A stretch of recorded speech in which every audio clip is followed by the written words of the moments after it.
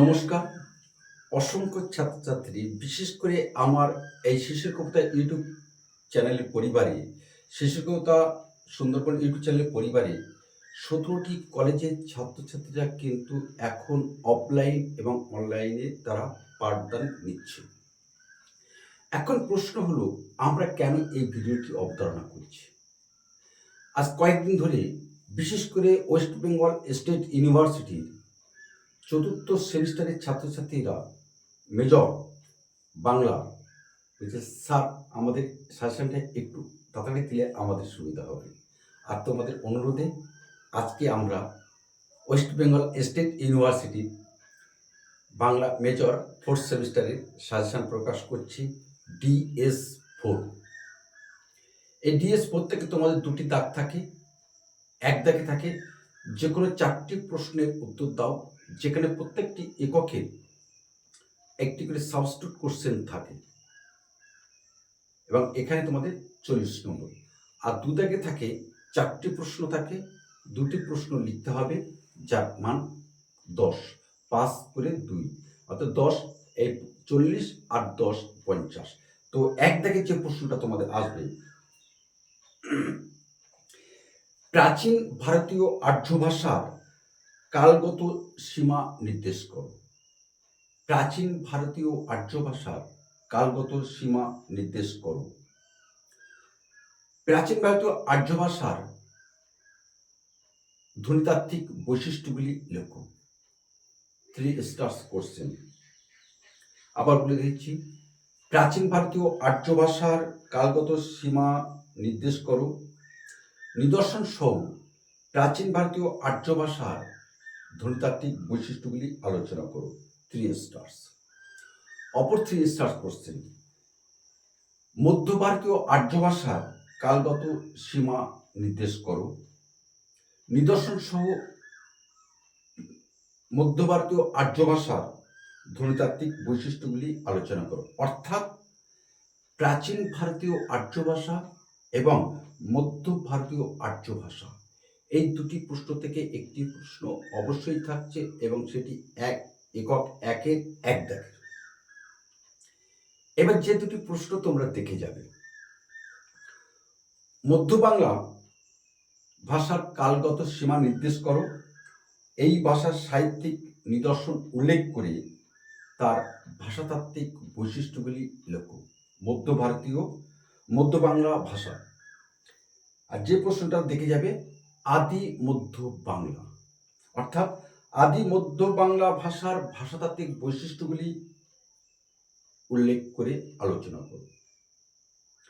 একক 2। একক 2 মানে অর্থাৎ উপভাষা। উপভাষাতে তোমাদের কি আসবে? বঙ্গালী উপভাষা কোন কোন অঞ্চলে প্রচলিত? বঙ্গালী উপভাষা কোন কোন অঞ্চলে প্রচলিত? এই উপভাষার বৈশিষ্ট্যগুলি আলোচনা করো। বঙ্গালী উপভাষা কোন কোন অঞ্চলে প্রচলিত? এই উপভাষার বৈশিষ্ট্যগুলি আলোচনা করো। অবশ্যই একক 2-এর প্রথম প্রশ্ন থাকবে এই প্রশ্নটি, অথবা দিয়ে যে প্রশ্নটা করে দেবে, এটা 3 স্টার কোশ্চেন আমরা রেখে দিচ্ছি। রাঢ়ী উপভাষা কোন কোন অঞ্চলে প্রচলিত? রাঢ়ী উপভাষা কোন কোন অঞ্চলে প্রচলিত? নিদর্শন সহ এই উপভাষার ভাষাতাত্ত্বিক বৈশিষ্ট্যগুলি আলোচনা করো। অর্থাৎ বঙ্গালী এবং রাঢ়ী এই দুটি উপভাষার মধ্যে দুটোই কিন্তু তোমাদের আসার সম্ভাবনা প্রবল। আর দেখে যাবে যে প্রশ্নটি, কোনটি দেখে যাবে? কামরূপী উপভাষা। সেখান থেকে কেমন প্রশ্ন হয়? কামরূপী উপভাষা কোন কোন অঞ্চলে প্রচলিত? কামরূপী উপভাষা কোন কোন অঞ্চলে প্রচলিত? নিদর্শন সহ এই উপভাষার ধ্বনিতাত্ত্বিক বৈশিষ্ট্যগুলি লেখো। নিদর্শন সহ এই উপভাষার ধ্বনিতাত্ত্বিক বৈশিষ্ট্যগুলি লেখো। আর অপর যে প্রশ্নটা দেখে যাবে, বরেন্দ্রী উপভাষা কোন কোন অঞ্চলে প্রচলিত?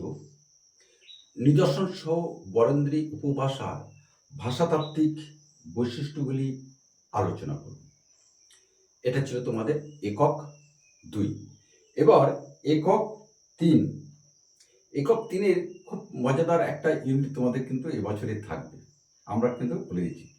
কারণ বিগত সিবিসিএস এবং গত এই ওয়েস্ট বেঙ্গল স্টেট ইউনিভার্সিটির একটি পরীক্ষা হয়ে গেছে 4th সেমিস্টারে। সেই প্রশ্ন নিয়ে আমরা স্টাডি করতে গিয়ে এই একক 3-এর প্রশ্ন সিলেক্ট করতে গিয়ে কিন্তু আমরা একদম হিমশিম খেয়ে গেছি। মারাত্মকভাবে এই বছর কিন্তু তোমাদের এই এককটি তোমাদের ধোঁয়াশার মধ্যে ফেলে দিতে পারে ওয়েস্ট বেঙ্গল স্টেট ইউনিভার্সিটির প্রশ্নকর্তারা। কিন্তু আমরা বলে দিচ্ছি, কোনো রকম ঘাবড়ানোর জায়গা নেই। আমরা যে প্রশ্নটা দিয়ে দেবো সেই প্রশ্নটা আসবে। কি আসবে? 3 স্টার্স কোশ্চেন আসবেই। শব্দার্থ পরিবর্তনের কারণগুলি উদাহরণ সহ আলোচনা করুন।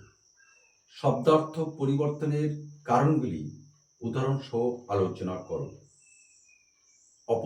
অথবা দিয়ে যে প্রশ্নটা থাকবে, শব্দার্থ পরিবর্তনের যে কোনো দুটি ধারা আলোচনা করো। তবে এবছর আমরা বলছিলাম এই একক 3-এর একটু করে সমস্যা হবে। এবছরে কিন্তু অথবা দিয়ে তোমাদের 2টি প্রশ্নের টিকা তোমাদের আসতে পারে। আর যে টিকাগুলো তোমরা আসতে পারে আমরা একক 2-এ আমরা রেখেছি। সেই একক 2-এর প্রশ্নগুলো করলে তোমাদের ওখানে একক 2-এর প্রশ্ন টিকা কমপ্লিট হয়ে যাবে এবং একক 3 প্রশ্নগুলো কমপ্লিট হয়ে যাবে।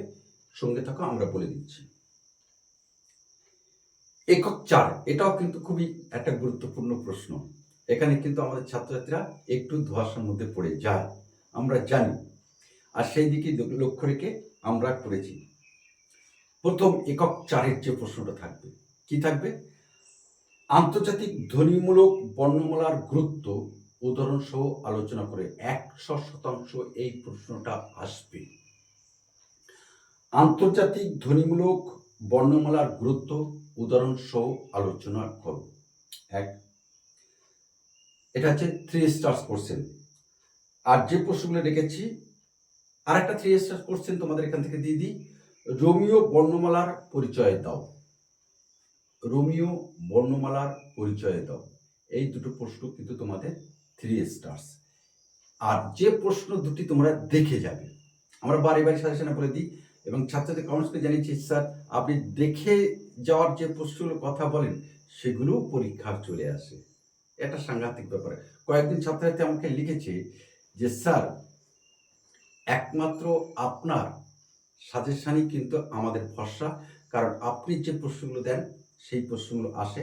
অন্যান্য স্যারেদের প্রশ্ন কিন্তু আমরা কমন পাই না। আমরা সম্ভব হলে আমরা স্ক্রিনে দিয়ে দেবো সেই লেখাটি।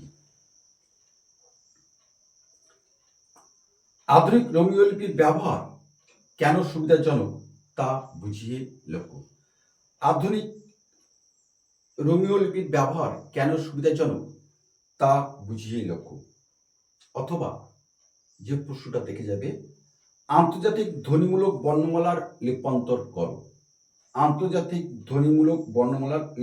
করো। অর্থাৎ এই 4 এককে তোমাদের একটি প্যারা তুলে দেবে বাংলা, সেই বাংলাটার আন্তর্জাতিক ধ্বনিমূলক তোমাদের রূপান্তর করতে হবে। এটা কিন্তু তোমাদের প্র্যাকটিসের উপর নির্ভর। তবে আমরা যে 2টি প্রশ্ন 3 স্টার দিয়ে দিয়েছি, সেই 2টি প্রশ্ন 3 স্টার্সে কিন্তু তোমাদের আসবে। এবার আমরা আসবো 2 দাগের টিকা আলোচনা করার আগে এই মুহূর্তে যারা আমাদের এই চ্যানেলে আছো, আমরা বারে বলছি যে এই রকম ভিডিও পেতে অবশ্যই এবং সাজেস্টিভ প্রশ্ন যেটি তোমাদের পরীক্ষায় বারে আসবে, এবং আমাদের এই সাজেশন কোনো মতেই কিন্তু ব্যর্থ হওয়ার জায়গায় নেই। সুতরাং তোমরা এই প্রশ্নগুলো করে যাও, করলেই তোমাদের পরীক্ষায় আসবে।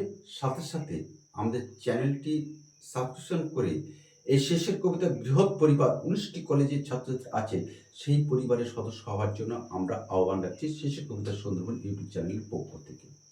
এবং অবশ্যই ভিডিওটি তোমার বন্ধুদের মধ্যে একটু শেয়ার করে দিন।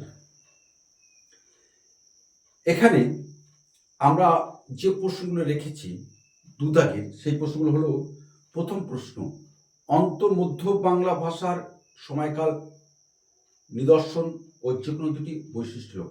অন্ত মধ্য বাংলার সময়কাল, নিদর্শন এবং দুটি বৈশিষ্ট্য, এই প্রশ্ন করে যাবে আর দেখে যাবে। সৌরশ্রেণী প্রাকৃতের পরিচয় দাও। সৌরশ্রেণী প্রাকৃতের পরিচয় দাও। খ, বরেন্দ্রী উপভাষার বৈশিষ্ট্য, যেটি আমরা ওখানে দেখে যাওয়ার কথা বলেছি আমরা। বরেন্দ্রী এবং কামরূপী, তবে এখানে বরেন্দ্রীটা আসার সম্ভাবনা বেশি। আর যে দুটো প্রশ্ন খুবই গুরুত্বপূর্ণ, একক 2-এর খ দাগে, বাংলা ভাষার উপভাষা কয় প্রকার ও কি কি? বাংলা ভাষার উপভাষা কয় প্রকার ও কি কি? বাংলা ভাষার প্রধান 5টি উপভাষার নাম ও সেগুলির অবস্থান উল্লেখ করো। আমরা যে একক 3-এর যে কথাটা বলছিলাম, টিকা আসতে পারে এই বছরে, সেই টিকাগুলি কি কি? এখানে একক 2-এর গ এবং একক 3-এর এই প্রশ্নগুলো তোমরা দেখে যাবে। কি সেগুলো? স্বরভক্তি, অপিনীতি, স্বরসঙ্গতি, জোর কলম শব্দ, অল্প প্রাণ বর্ণ, মহাপ্রাণ বর্ণ, আদি স্বরাগম, মধ্য স্বরাগম, বিষমী ভবন এবং সমাক্ষর লোপ ও নাসিক ভবন। এই করার টিকা তোমরা করে গেলে 3 দাগের একক 3-এ তোমাদের আসার সম্ভাবনা এবছরে দিতে পারে। আর এখানে তোমাদের একক 2-এর এই প্রশ্নগুলো থাকবে।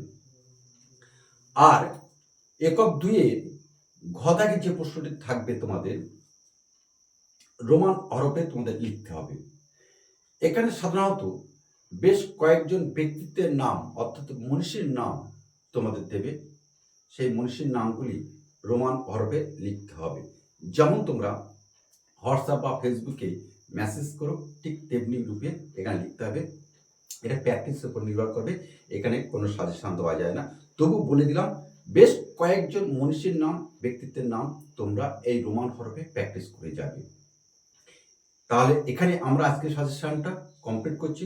আগামী দিনে আমরা DS 5, 6, 7 আমরা প্রকাশ করব। আমাদের চ্যানেলের সাথে অবশ্যই থাকবে এবং তোমার বন্ধুদের মধ্যে অবশ্যই একটু শেয়ার করে দেবে। তো আরও একটা কথা তোমাদেরকে আমরা বলে দিই, এই প্রশ্নগুলো করতে যদি তোমাদের যদি খুব বেশি সমস্যা হয়, যাদের টিউটর নেই, আমাদেরকে নিশ্চিন্তে নির্ভয়ে নিঃসংকোচে জানাবে। আমরা তোমার পাশে দাঁড়ানোর চেষ্টা করব। নমস্কার।